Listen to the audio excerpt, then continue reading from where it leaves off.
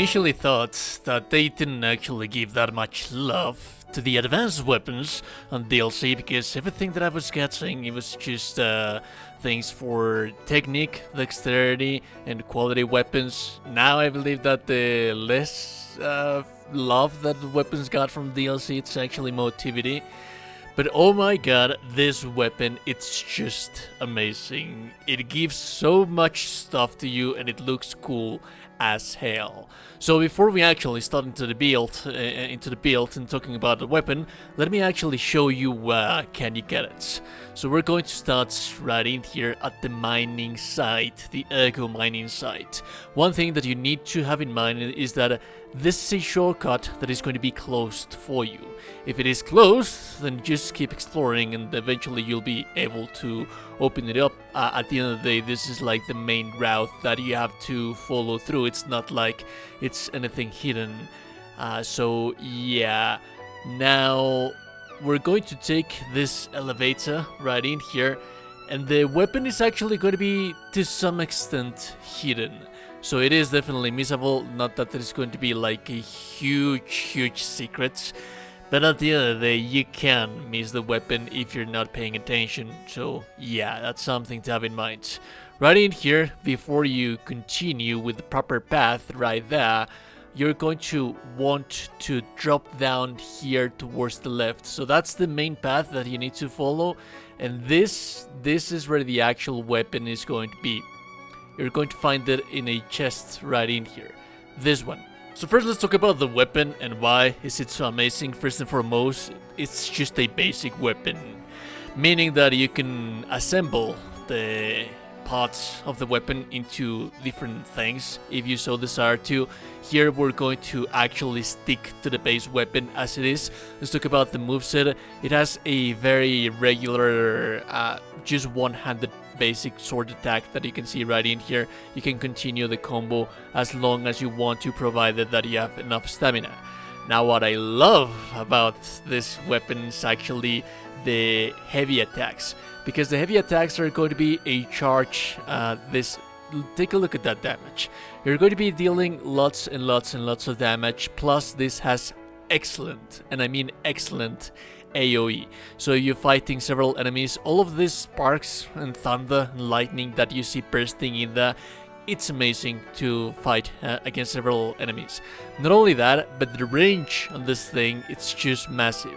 As you can see right in here, just take a look at the distance. It's not dealing like the whole damage that you're going to be dealing if you actually attack with the blade, but the difference is not actually that much. You're only losing about 300 points in damage right in here if you want to prepare it to use it from a safe distance, and then once you're in the safe distance, then probably the enemy is going to be getting close to you, and if you mistime it, you're still going to be dealing lots of damage. And the actual regular base heavy attack, it's like this right in here, that it's very fast and it's still going to be dealing electric damage. It doesn't deal as much posture damage as this one does, but it's still something that you can use to attack several enemies that you have in front of you, because all of that damage applies, as you can see right in here. Well, we have like this weird tracking, it's difficult to show you, but there, you can see that I wasn't actually facing towards the enemy and I still managed to hit it,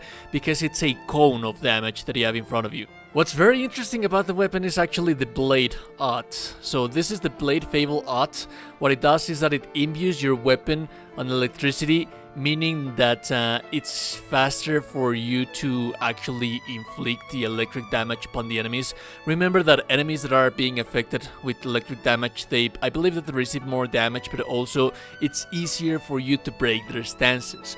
So that's pretty amazing.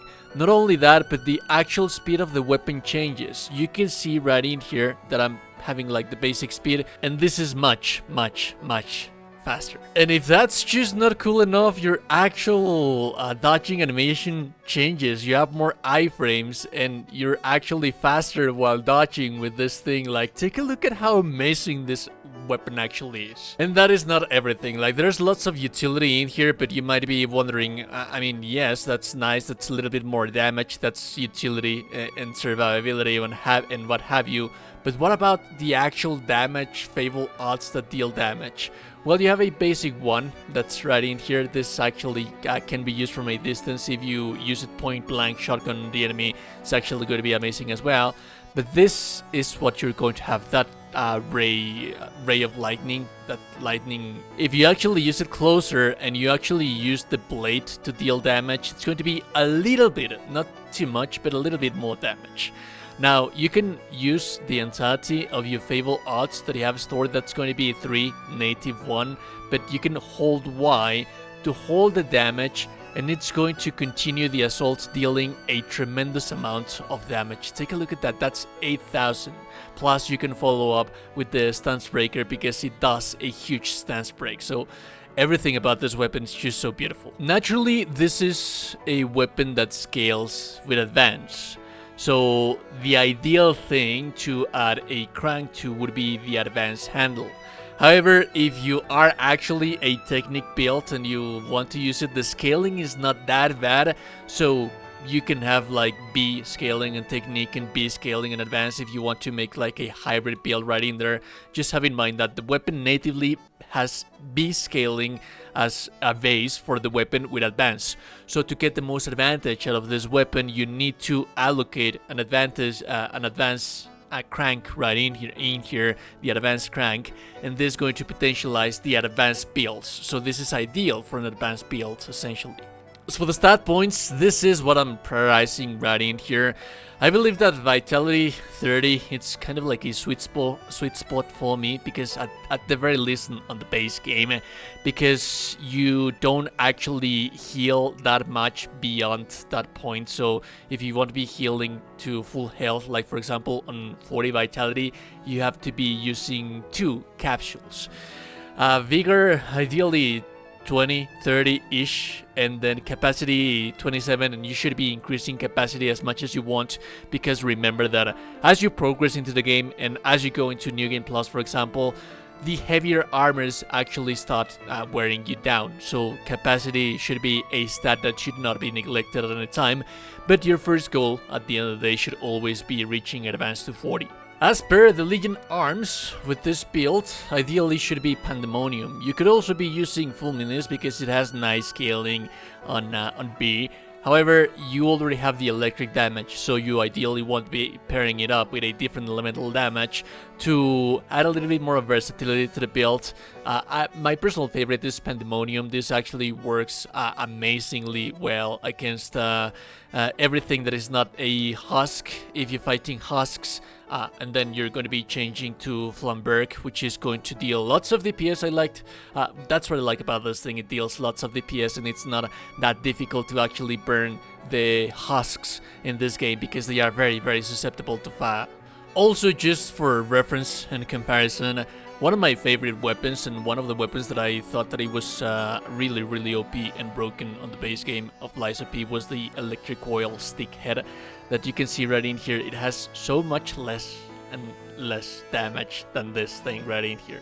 So you have 120 plus 5 physical attack and 112 plus 60 electric or blitz attack on the electric coil stick head. This is actually one of the favorite weapons that speedrunners use to fight bosses right in here because of how powerful it is. In comparison to that, like, this is just monstrous. Take a look at the damage difference and damage upgrade that you're getting right in here because of this thing. The scaling, it's just monstrous. The base damage is just monstrous. The Ark's Guardian Blade, it's just so powerful. And pretty much, yeah, you have a weapon that has lots of uses if you want to be changing and swapping the Fable odds depending on your needs. That's something that can be done as well. One thing that it does have to be mentioned is that it doesn't have that much Fable charge as many other weapons, but it compensates with the sheer and a powerful amount of damage that if you have enough like Fable cells slotted around that armor, that's not going to be that much of an issue. And if you're fighting something that's terribly humbling you, or you're struggling too much against that thing, then by all means use the Fable cells so that you can use one of those cheeky uses of those laser beams of the thunder attack that you have right there. It's going to melt the hell out of the enemies. As you can see right in here, it's just so powerful, it's just so monstrous. I love this weapon. If you like the content, a like on the video super appreciated. And also, you're a gorgeous and beautiful person. You're into the gorgeous and beautiful person. Subscribe to the channel. Join the Discord. Have a beautiful day. Goodbye.